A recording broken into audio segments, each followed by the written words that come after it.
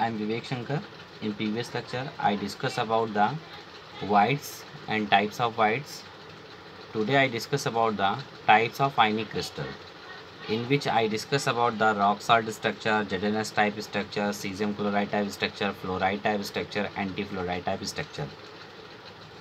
So guys, let's start the topic now. आज हम लोग बेटे टाइप्स ऑफ आयनिक क्रिस्टल्स किस टाइप के होते हैं उनके बारे में जानेंगे, बट उनके बारे में जानने से पहले आप एक नोट लिख लीजिएगा जो बहुत इंपॉर्टेंट है ना। लिमिटिंग रेडियस रेशियो आपको याद होना चाहिए, तो मैं आपको 3 पॉइंट लिखा रहा हूँ जो आपको याद रखने हैं हमेशा के लिए, जो आपके बड़े यूज़फुल हैं, सिर्फ आपको उसको लर्न करके रखना है। तो पहला जो है वो क्या है बेटा, limiting radius ratio. Limiting radius ratio है ना फॉर टेट्राहेड्रल, है ना। Limiting radius ratio for tetrahedral voids. अगर मैं टेट्राहेड्रल वाइट्स के लिए बात करूं तो जो लिमिटिंग रेडियस रेशियो होता है वो होता है आपका, रेंज होता है 0.225 से लेकर, है ना सब, इससे लेकर जो R plus R R plus by R minus का जो लिमिटिंग रेडियस रेशियो होता है वो आपका 0.414 है तक की रेंज के बीच में होता है। ठीक है गाइस, तो ये याद रखना आपको, ये रेंज बहुत इंपॉर्टेंट है ना। आप टेट्राहेड्रल के लिए आप लोग बेसिकली 0.225 ले सकते हो, और अगर लिमिटिंग रेडियस रेशियो फॉर अगर आप स्क्वायर प्लानर की बात करते हो तो आपका कितना होगा, 0.44 से लेकर 0.732 तक के बीच में होता है, तो आप उसको भी लिख लीजिए। Limiting radius ratio for square planar. Square planar की, है ना, स्क्वायर प्लानर वाइट के लिए अगर बात करें तो उसके लिए लिमिटिंग रेडियस रेशियो होता है 0.414, है ना, इज ग्रेटर दैन और equal to R plus by R minus, है ना, 0.732। तो इस रेंज के बीच में होता है। तो बेसिकली जो हमारा स्क्वायर प्लानर वाइट्स होता है उसके लिए हम लोग 0.414 लेते हैं। जो टेट्राहेड्रल वाइट्स होता है उसके लिए लिमिटिंग जो रेडियस रेशियो होता है 0.225 होता है। एंड ऑक्टाहेड्रल की भी बात करें तो limiting radius ratio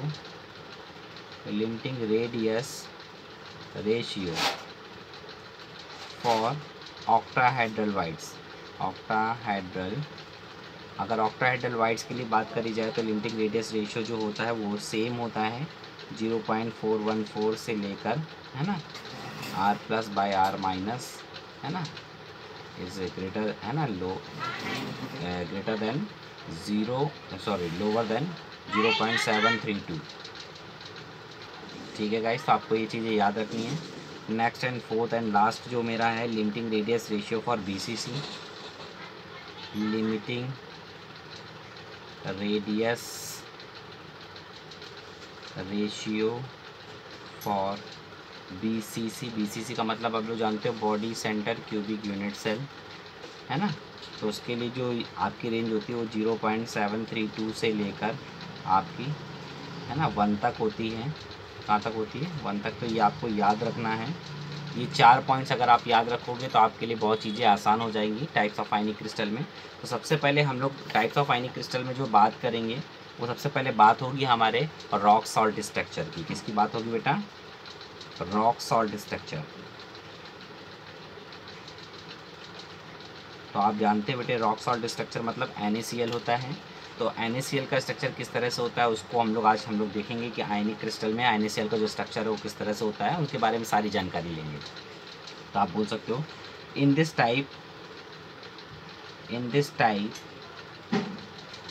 types of structure anion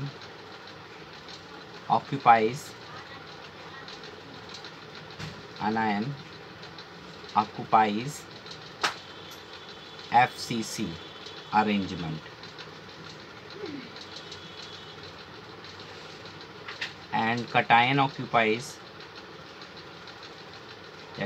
present at the octahedral whites, है ना, of the लैटिस। तो बेटे आप बताइए, आपका जो NaCl है, NaCl में आपका Na+ होता है और Cl- होता है।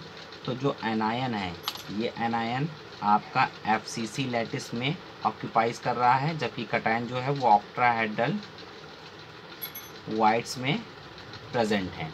तो ये बात आपको पता होनी चाहिए। तो इसको मैंने पहले भी आपको डिस्कस कर रखा है। जो NaCl का स्ट्रक्चर होता है, बेसिकली एक सोडियम 6 क्लोराइड आयन से घिरा होता है और एक क्लोराइड आयन 6 Na एटम से घिरा हुआ रहता है। ठीक है, तो घिरा हुआ रहने का मतलब जो है, जो आप देख रहे हो FCC अरेंजमेंट है, तो FCC अरेंजमेंट में जो आपका ऑक्टाहेड्रल वाइट्स बनेगा, उसके बीच में आपका सोडियम एटम बैठेगा। तो सोडियम एटम जैसे बैठेगा तो 6 क्लोराइड आयन से घिरा हुआ रहेगा, क्योंकि एनायन तो FCC लैटिस में है। और साथ ही साथ है ना, तो ये बात आपको याद रखनी, क्योंकि कटायन जो होता है वो हमेशा छोटा होता है, उसकी रेडियस हमेशा कम होती है। ठीक है, तो ये बात क्लियर हो गई। तो हम यहाँ पर इसके यही बता सकते हैं इसमें इफेक्टिव नंबर ऑफ एटम्स कितने हो सकते हैं। तो आप जानते हो कि एक ऑक्टाहेड्रल वाइट्स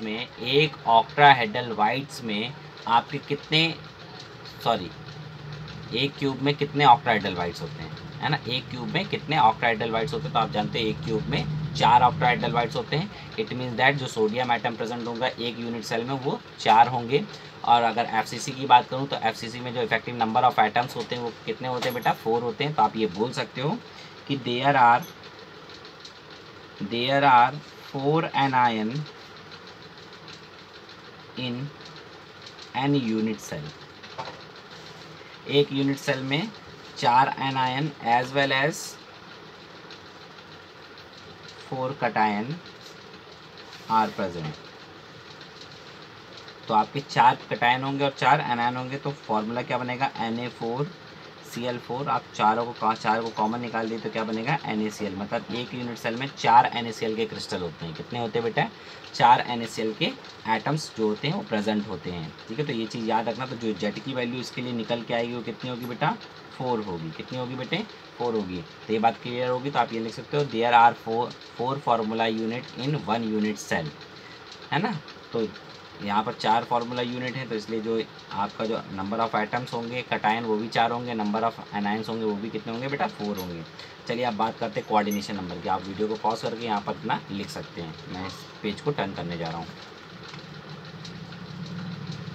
नेक्स्ट जो मेरी हेडिंग आएगी वो क्या आएगी बेटा, coordination number. Coordination number of cation, है ना। कटायन का कोऑर्डिनेशन नंबर कितना होगा, कटायन बैठा कहाँ है, दिमाग लगाओ। कटायन तो कहाँ बैठा है, ऑक्टाहेड्रल वाइट्स में। और ऑक्टाहेड्रल वाइट्स में जब भी कटायन बैठेगा तो 6 एटम को टच करेगा। तो जो ऑक्टाहेड्रल वाइट्स का जो कोऑर्डिनेशन नंबर होगा वो 6 होगा। अगर मैं बात करूँ कि कोऑर्डिनेशन नंबर ऑफ एनायन, है ना, कोऑर्डिनेशन नंबर ऑफ एनायन की बात करूँ तो वो भी कितना होगा बेटा, 6 होगा। तो अब आप बात करते हैं, हम लोग ये बात समझ में आएगी। Coordination number cation with respect to cation with respect to anion आपको पता चल गया। अब बात करते हैं टचिंग कंडीशन की। किसकी बात करते हैं, टचिंग कंडीशन। ठीक है, तो टचिंग कंडीशन की बात करते हैं तो R+ किसके लिए होगा बेटा, सोडियम आयन के लिए होगा, है ना। या अगर मैं बोलूँ कि Na+ आयन के लिए R+ होगा, प्लस R- जो होगा वो क्लोराइड आयन के लिए होगा। ठीक है, वो किसके बराबर होगा बेटा, A/2 के। कितना होगा बेटा, A/2 के। मतलब जो टचिंग कंडीशन है वो क्या है, R+ plus R- is equal to A/2। तो अगर आप डेंसिटी निकालने जाओगे तो डेंसिटी आप आराम से निकाल लोगे। डेंसिटी कैसे निकालोगे, तो डेंसिटी इज इक्वल टू होता है रो इंटू, है ना, rho is equal to Z into M/Na into A³ क्यों भाई। तो आप जेड के लिए वैल्यू कितनी है निकली बेटा, कटायन और एनायन के लिए 4 निकली है ना।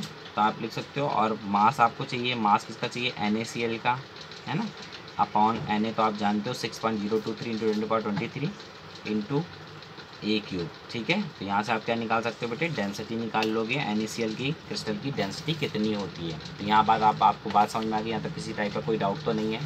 बहुत सिंपल है, बहुत सिंपल है ना। आपको याद भी रखना है कि किस तरह से डेंसिटी निकालना है। अब डेंसिटी के बाद आप जानते हो पैकिंग एफिशिएंसी निकालते हैं अपन लोग। क्या निकालते हैं, पैकिंग एफिशिएंसी। तो पैकिंग एफिशिएंसी का आप लोग फार्मूला तो जानते ही हो, तो मैं डायरेक्टली लिख रहा हूँ।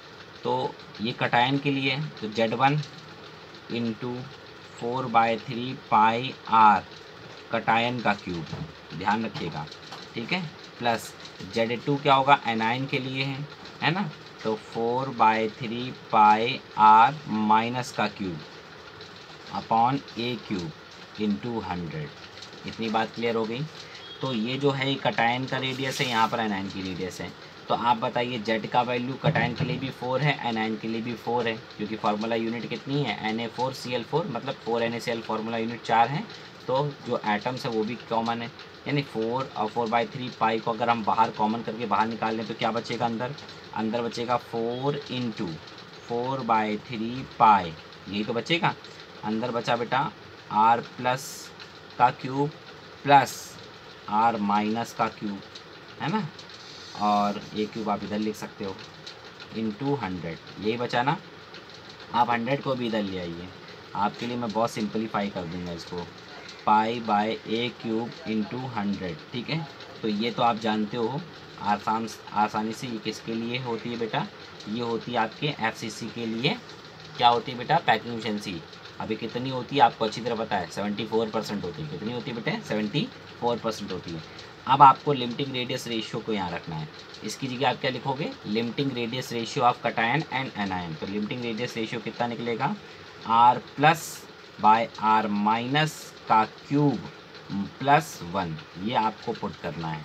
अब इसके लिए आप अच्छी तरह जानते हो कि ऑक्टाइडल वाइट्स के लिए जो R प्लस और R माइनस की वैल्यू होती है वो 0.414 होती है। तो आप यहाँ पर रख दीजिए, तो 4 into 4/3 pi by A cube into 100, ये इधर लेके चल रहा हूँ साइड में, ठीक है। बढ़ा कितना, इतना ही तो बढ़ा है, क्योंकि आपके जो एक्चुअली में आप बात कर रहे हो इतना तो आपका पैकिंग एफिशिएंसी था ही।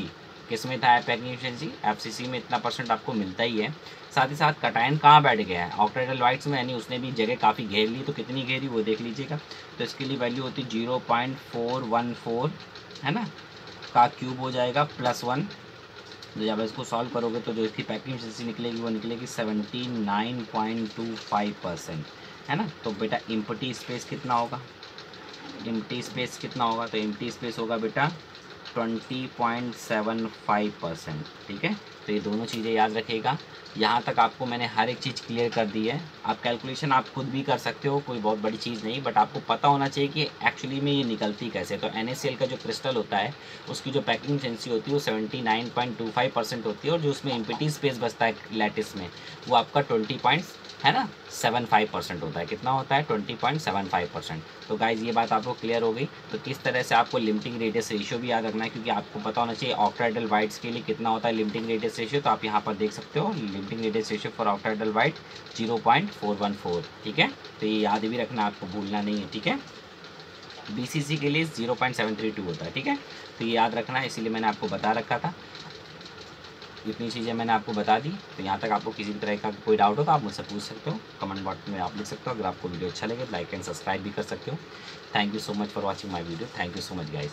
नेक्स्ट वीडियो में मैं अपने जो आपका ZnS टाइप का स्ट्रक्चर होता है या सीजियम फ्लोराइड टाइप का स्ट्रक्चर हो, इनके बारे में डिस्कस करूँगा।